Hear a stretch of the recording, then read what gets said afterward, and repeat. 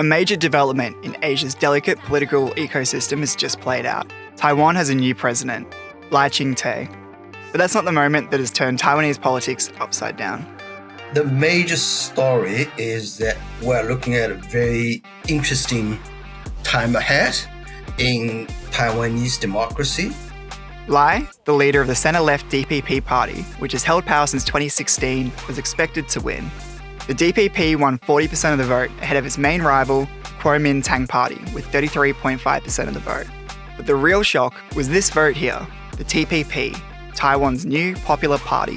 What's really new out of this election? I would say the only news is not about the two usual suspects, these two sworn foes, the Chinese Nationalist Party of Kuomintang or DPP. The real news is the rise of TPP, Taiwan People's Party. The TPP only began in 2019, with its chairman, the former mayor of Taipei, Ko Wen-je, announcing himself to the world with this. To the rising, to right. To the rising, to right. This party was put together by this maverick but a bit unpredictable medical surgeon Ko Wen-je, who was the mayor for 2 terms in Taipei. That was interestingly his only political career out of the hospital. And you know what? And they have won 27% of the votes compared to Nationalist Party's 33 and the winner, DPP's 40.1. So this really making them a legitimate, very influential third party. Further complicating the rule of Ching-te is a parliament that looks like this. The new president doesn't have a majority and will likely have to have the TPP on board to deliver on election promises. Here comes the third force, right? The TPP. They've got 8 seats. And these 8 seats will give them a total leverage to do the wheeling dealing in the parliament. But why this result is so significant is what it says about Taiwan's voters and how the international media views their lives. Instead of having the same concerns as residents of any other country, they are only seen by some as an extension of the ideological struggle with mainland China, ruled by the Communist Party. First of all, let me say, mainstream international media, particularly Western media, they look at Taiwan from a distance, and they look at and judge Taiwan from the perimeters of great power, geopolitical sort of thing, and therefore really with very little attention to what's really happening at the societal level or even at the political party level inside Taiwan.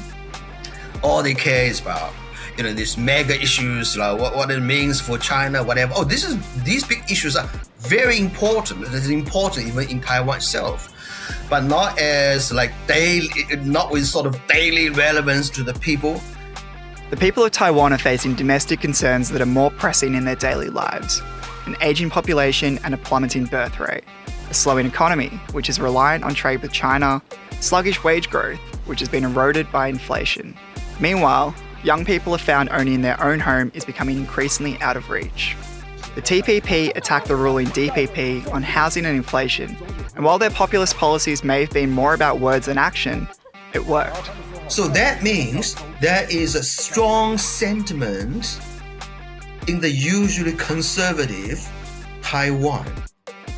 And the sentiment is that more and more people are determined to pursue the change. So, and housing crisis, and low income for young generations, all these issues looked greater in the eyes of the voters this time because you know what?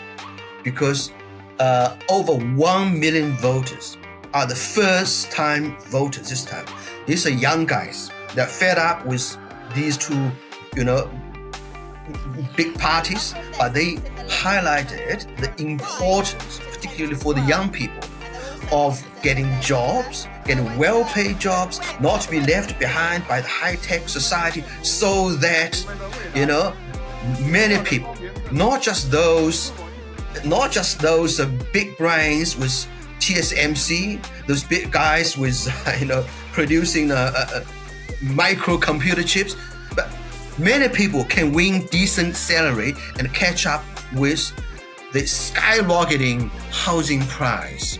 This is what these guys are focused on, right? And they attract a lot of voters. The Taiwan People's Party will hold just 8 seats in the Taiwan parliament, but their influence will play a significant role in Lai Ching-te's presidency. While the world may focus on how China reacts, the voters are looking at the potential of a new third force in Taiwan's political landscape, which can refocus its leaders on issues much closer to home.